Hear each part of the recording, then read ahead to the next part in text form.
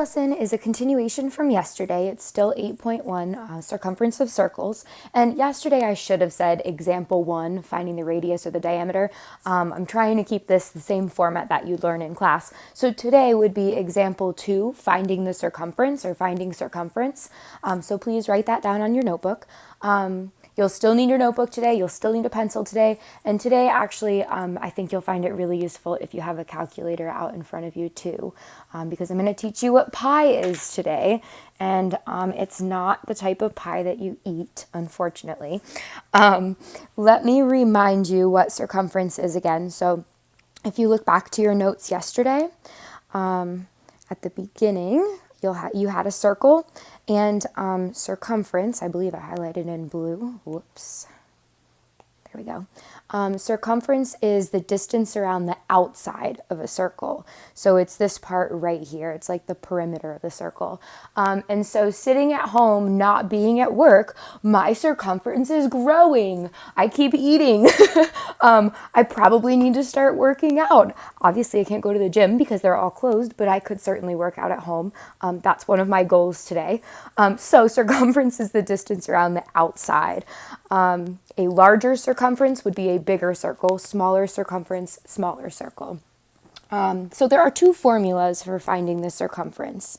You can use C equals pi d, and I'll explain what that means in a second, or C equals 2 pi r. Obviously, the C stands for circumference. The D in this formula here stands for diameter, which you learned about yesterday, and the R in this formula here stands for the radius, again, which you learned about yesterday. So remember, diameter is all the way across a circle, and radius is only halfway across the circle. So the reason why these two formulas come up with the same answer is because 2 times the radius gives you the diameter. So you could use either formula. So if they give you the diameter of a circle, I would use this one. If they give you the radius of a circle, I would use this formula. They do the same thing. Now you're probably wondering what pi is because I have not taught you pi yet. This is the symbol for pi, and you can round it to be about 3.14. It goes on forever, and it does not repeat. If you're curious, type in the word pi, P-I, into Google, and I believe it will give you the digits, and they just keep going and going and going.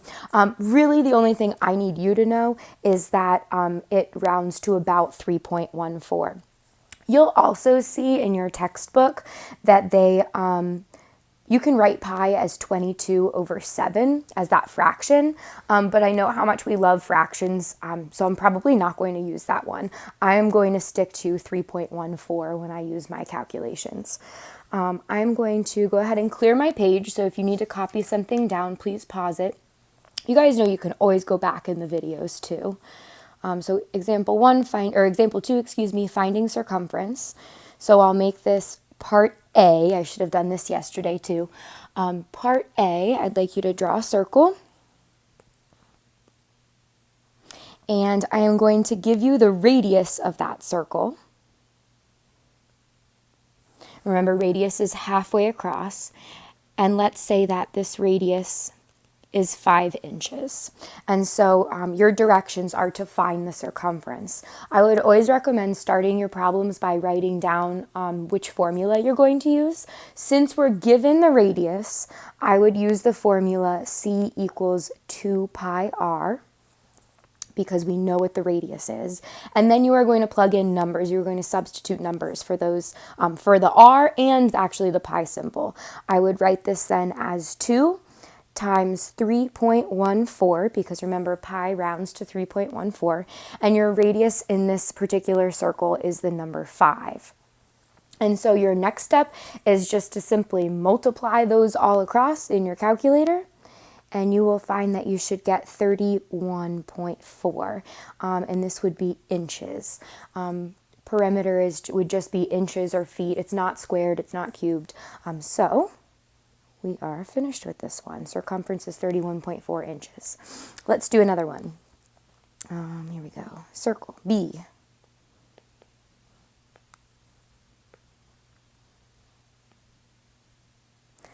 I'll make this one like that. Perfect.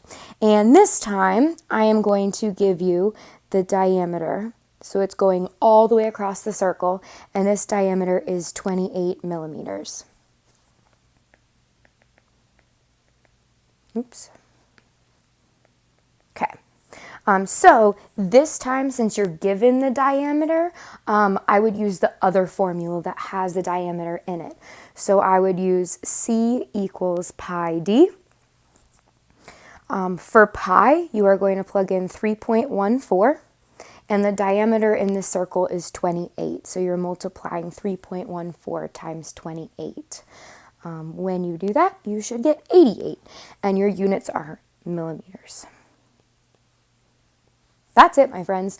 So you really just have two formulas. You've got 2 pi r, that includes the radius, and pi d, that includes the diameter. So depending on what you're given, depends on which formula you'll choose. Why don't we do one more, and I want you to try pausing it and solving it on your own, kind of like, we would do it together in the classroom, but obviously I'm not in the classroom. I'm clearing my page. So we'll make this C. There we go. I know you're jealous of my perfect circles. And this time I'm going to go like this and like this. Okay. All right. I want you to pause it.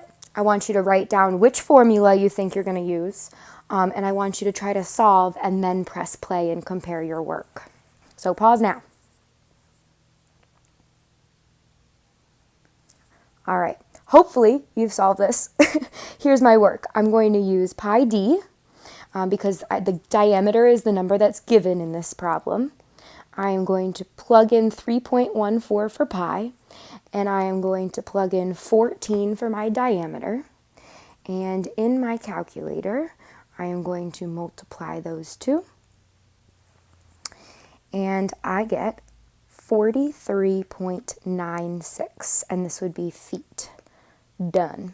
Now I do want to point out one more thing that I just realized. There is a pi button on your calculator. If you press that button instead of 3.14, you're going to get a number that probably repeats and goes on forever. Let me see what I get when I actually just plug in the pi button. So I've got, if I can find it, I'm using my phone right now. There it is, pi times 14. Yeah, I end up getting 43.98229715. It goes on and on and on. So I don't really want you to plug in the pi button in your calculator because you're going to get answers like that. Your textbook will clarify, whether they want you to round to the nearest tenth or hundredth. I think in the 3 problems you have today, let me look. It does round, and I think the directions online will clarify. For number 9, you should go to the tenths. Number 10, it just gives you a whole number. Number 11, it goes to the hundredths. Just try it. We'll see how it goes. Again, good luck. You guys are doing awesome. I miss your faces.